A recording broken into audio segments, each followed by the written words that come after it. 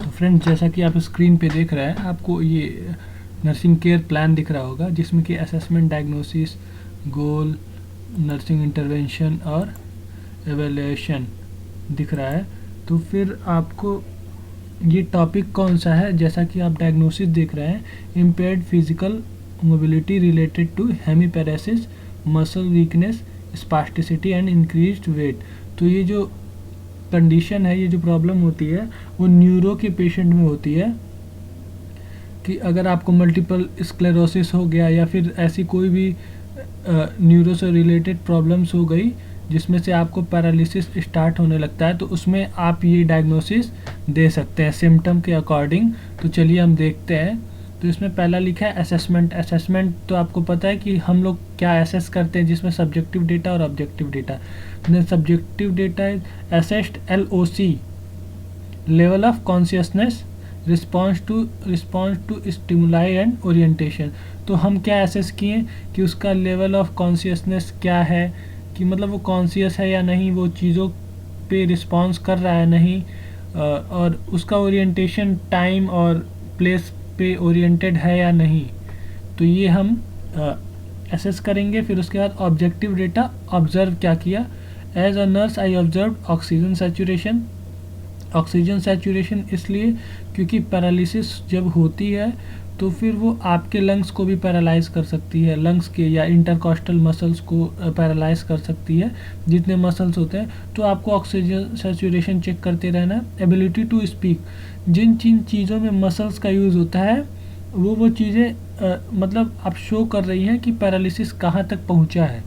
अगर descending paralysis है, मतलब ऊपर से नीचे, तो फिर आपको देखना है कि चल पा रहा है नहीं चल पा रहा है, पैर के मूवमेंट्स कैसे हैं। फिर असेंडिंग है तो फिर नीचे से ऊपर होता है, जिसमें लंग्स के पास तक अगर रेस्पिरेटरी सिस्टम पे पहुंच गया तो फिर प्रॉब्लम हो जाती है। तो आपको एबिलिटी टू स्पीक ये चेक करना है कि इससे पता चलेगा कि आपका जो पेशेंट है उसकी पैरालिसिस कितने डिग्री तक पहुंची है। फिर आपका डायग्नोसिस देख रहे हैं इम्पेयर्ड फिजिकल मोबिलिटी, क्योंकि आप ये पैरालिसिस से रिलेटेड है तो फिजिकल मोबिलिटी इम्पेयर्ड रहेगी। Related to hemiparesis, muscle weakness की वजह से स्पास्टिसिटी, जो हाथ पैर टाइट हो जाता है, और इंक्रीज्ड वेट। कुछ डिजीज़ न्यूरो में ऐसे कुछ डिजीज़ होते हैं जिनमें वेट इंक्रीज होता है। तो आपको डायग्नोसिस क्या बनेगा, impaired physical mobility related to hemiparesis, muscle weakness, spasticity and increased weight.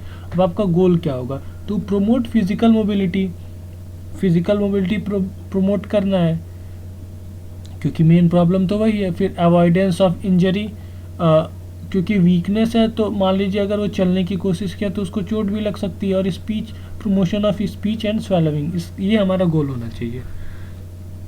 अब फिर हम आते हैं नर्सिंग इंटरवेंशन। नर्सिंग इंटरवेंशन में relaxation and coordination exercises, promote muscle efficiency, progressive exercise, active and passive exercise.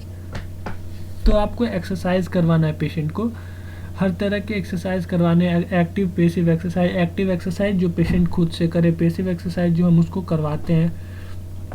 Active exercise और passive exercise करने से muscle जो होता है उसमें स्ट्रेंथनिंग आती है। वॉकिंग, इसका रेशनल देखिए, walking improves gait and provide strengthen muscles.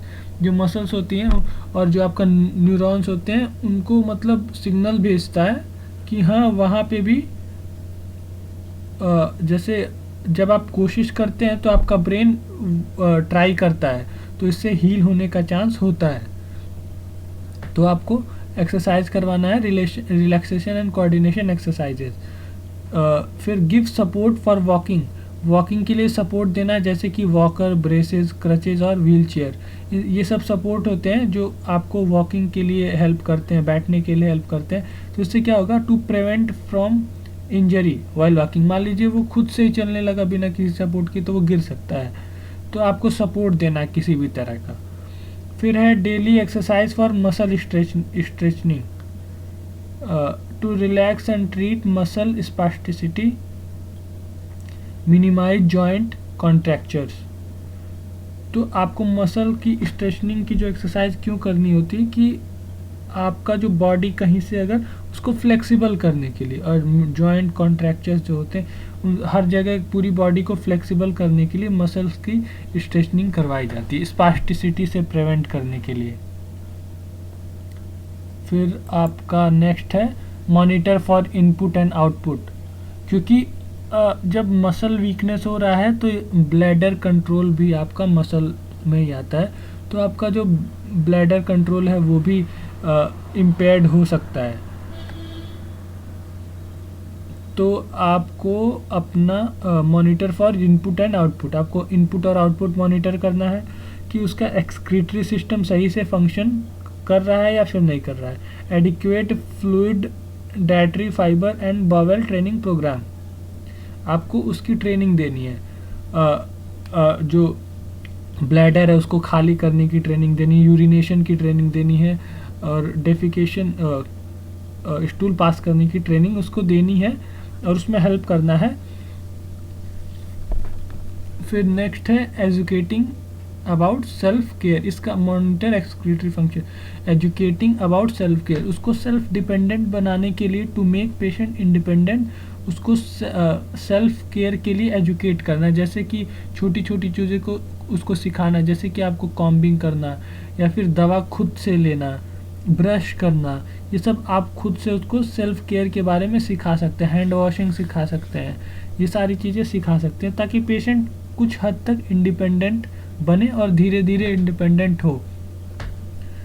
फिर nurse implements strategies such as having suction apparatus, ensuring careful feeding, feeding के लिए जब भी आप फीडिंग कराएं तो फिर आपको सक्शन अपैरेटस वहाँ पे रखना है। Aspiration to prevent patient risk for aspiration of aspiration, prevent patient को एस्पिरेशन से बचाने के लिए सक्शन अपैरेटस रखना है। फीडिंग कराते टाइम उसको पोजीशनिंग देना है, जैसे कि बैठा के हमेशा फीडिंग कराई जाती है, लिटाए लिटाए अगर फीडिंग करा दी तो एस्पायरेट होने का चांस होता है। तो ये था आपके प्लानिंग, 5 प्लानिंग, कितने प्लानिंग है, एक कितने इंटरवेंशन है, 1 2 3 4 5 6, तो इतनी चीज़ें आप कर सकते हैं। इसको आप करके आप क्या इवेल्युएट कर सकते हैं कि इम्प्रूव्ड फिजिकल मोबिलिटी, एक्सरसाइज करवाने से फिजिकल मोबिलिटी इम्प्रूव्ड होगी, और जो आप सपोर्ट दे रहे हैं ड्यूरिंग वॉकिंग उससे patient is free from injury, maintain bowel and bladder control and bowel pattern and improving speech and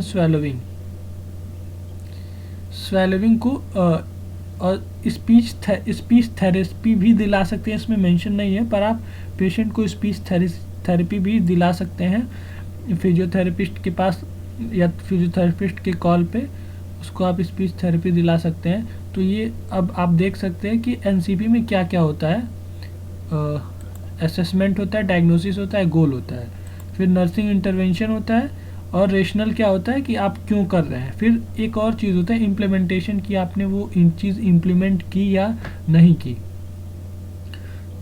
तो वो मैंने इसलिए नहीं लिखा क्योंकि वो एक अलग स्पेस यहाँ ले लेगा। बाकी आपको पता है इम्प्लीमेंटेशन में क्या लिखना होता है कि relaxation and coordination exercises done, progressive exercises, active passive exercises done, given support for walking like walker, daily exercises done, ये आप इम्प्लीमेंटेशन में लिख सकते हैं।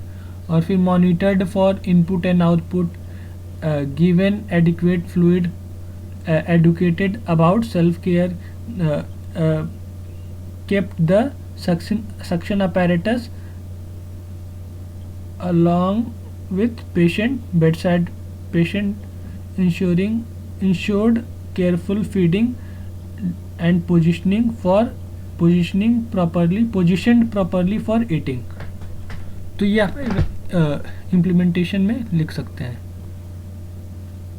तो ये आपका एनसीपी था न्यूरोलॉजिकल सिस्टम से